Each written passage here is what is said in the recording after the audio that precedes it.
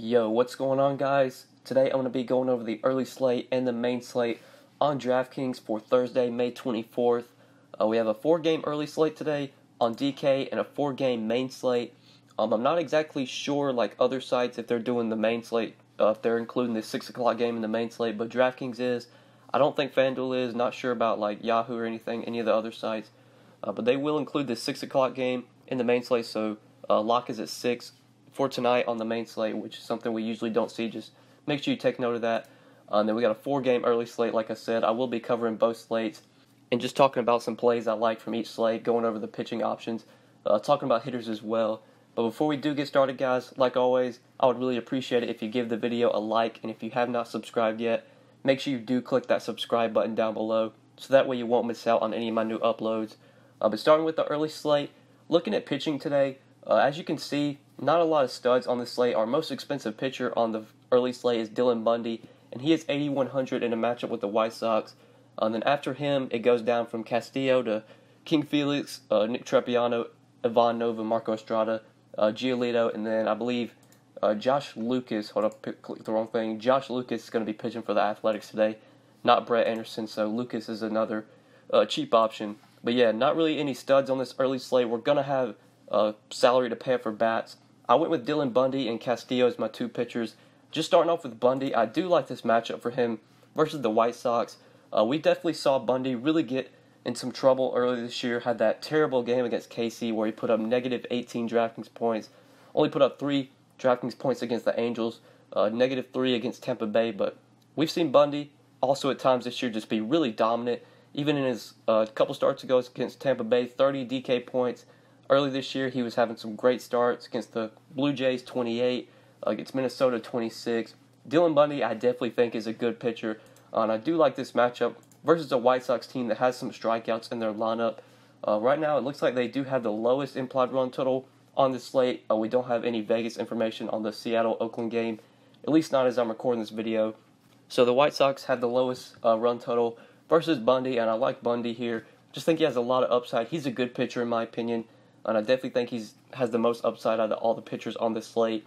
You could argue that Luis Castillo has more upside, which definitely does make sense because Castillo, a very good pitcher, a very talented pitcher, a pitcher that can definitely rack up strikeouts. We've seen him put up some pretty big strikeout games this year. 8 Ks against the Brewers. Looks like he got 8 Ks against the Dodgers, 7 against the Mets, 7 against the Brewers when he faced them again. Luis Castillo is a pitcher that I like here versus the Pirates. I'm not a big fan of this matchup. Definitely not the Pirates are not a team I really pick on, but with it being a 4-game slate, with having so few options, I think Castillo is a good SP2 here. The guy has upside, the guy has strikeout stuff. There are definitely some strikeouts in this Pirates lineup. You obviously don't love the ballpark, but like I said, it's just a 4-game slate, and there are really no studs on the slate to pay up for, no stud pitchers. Castillo and Bundy are kind of the two guys I feel like have the most upside. King Felix, people might go to versus Oakland because it's versus Oakland, and that's a team that does strike out, but I just feel like with him being so similarly priced to Castillo, Luis Castillo just definitely has more upside than Felix. Then after that, it's really, I'm not playing any of these other pitchers. Nick Trepiano, people might go there versus the Blue Jays, but I don't think I'm very interested. Ivan Nova, just not interested there. Marco Estrada, no thanks. Giolito, I just feel like it's not a good pitcher. And then Josh Lucas, I don't really have any interest in as well. So pitcher for me on the early slate, it's really Bundy, Castillo, and then maybe Felix Hernandez. Those are kind of the 3 guys I'm looking at. Kind of rank them how they are. Bundy 1, Castillo 2, and King Felix 3. But now looking at bats, we've got a lot of salary to pay up for hitters because Bundy and Castillo are pretty cheap, 8,100, 7,800. We're definitely going to be paying up for some bats today. I like Joey Votto as a hitter you can pay up for. I think he's in a great spot here. Versus Ivan Nova, I don't think Ivan Nova is a good pitcher. He gives up home runs. He just doesn't have strikeout stuff. He throws the ball in the zone. Just doesn't really strike anybody out. There's a lot of power in this Reds lineup. Great ballpark for hitters. Joey Votto, Jesse Winker even, Scooter Gennett, Schebler. I feel like all of these lefties are very good plays today. Some of them have good BVP as well. Schebler's 7 for 19 with the home run versus Ivan Nova.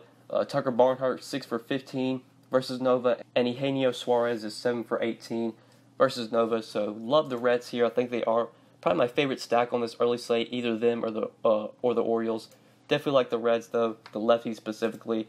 Nova is just not a good pitcher, gives up home runs, doesn't strike anybody out. So Joey Votto is a great play here.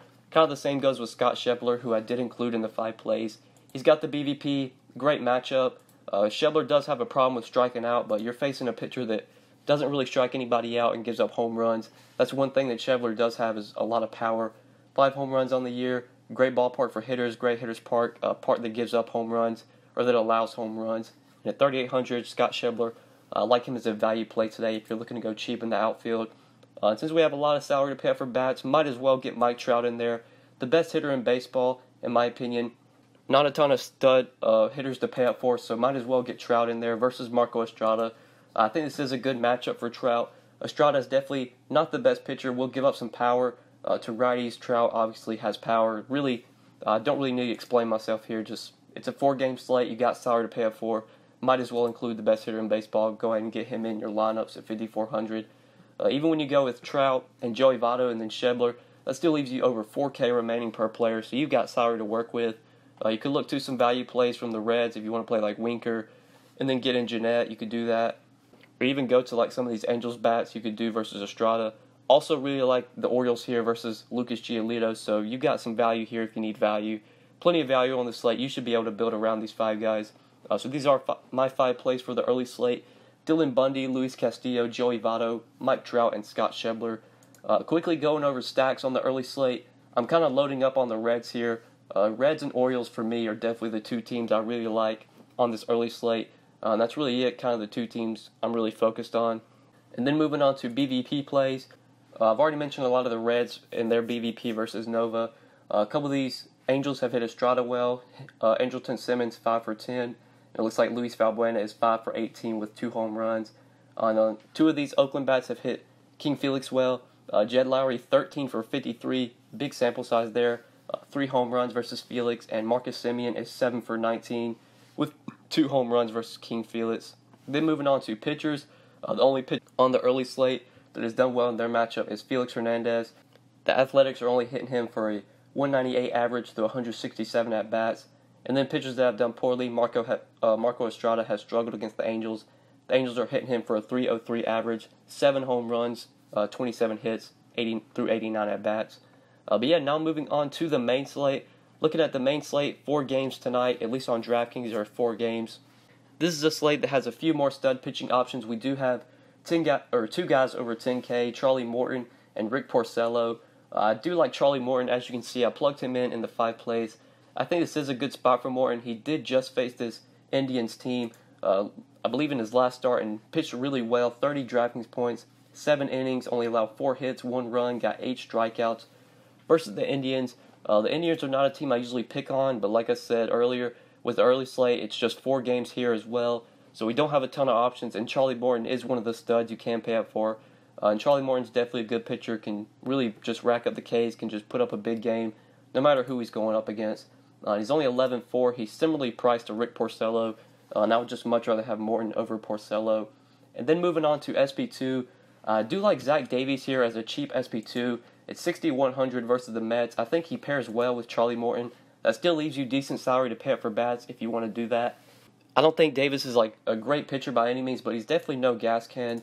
This is a pretty good matchup against the Mets. This is a Mets team that does have some power, has some good hitters that are good versus righties, but definitely has some Ks as well, especially if you put Wilmer Flores in there. He has an increased K rate versus righties. Mesoraco will strike out. Rosario will strike out. The pitcher will be in the lineup as well. So I do like Davies here at 6,100. I think he is the clear SP2 in my opinion. If you're pairing a cheap SP2 with one of your expensive pitchers, he's kind of the guy I really like. You could play Morton and Clevenger if you wanted to do that, but that's going to really cut you thin on bats. So I kind of went with Zach Davies as a cheaper option at 6,100. And then looking for hitters, I love the Brewers on this main slate versus Steven Matz. Got 2 Brewers in my 5 plays.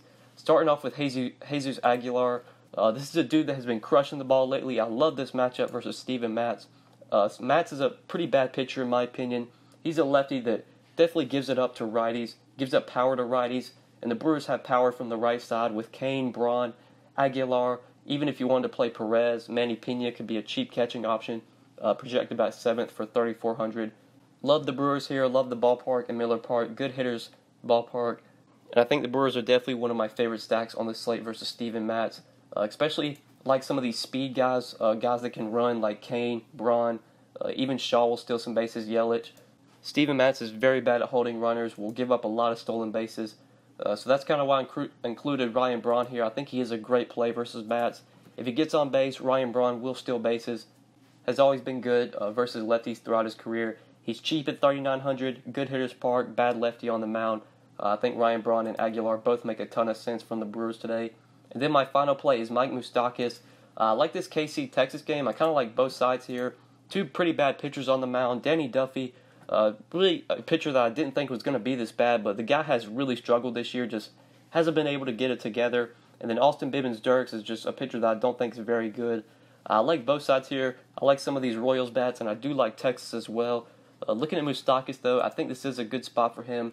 Versus a righty in Texas, good hitter's park here. The Royals are going to be getting a park upgrade going to Texas. Looks like it's going to be hot as well, going to be 90 degrees, good hitter's park. It's going to be some hitting weather. The ball should definitely fly. I like both sides of this game. And from the Royals side, I think Moustakas makes a lot of sense if you're looking for a third base play. Definitely probably my favorite third baseman on this slate. But yeah, I think that is it for the main slate, this 4-game main slate. These are my 5 plays. Charlie Morton, Zach Davies, Jesus Aguilar, Mike Moustakas, and Ryan Braun. We will quickly go over stacks on the main slate. Stacks for me, number 1 by far is the Brewers here versus Steven Matz. I love them. Probably my number 1 stack.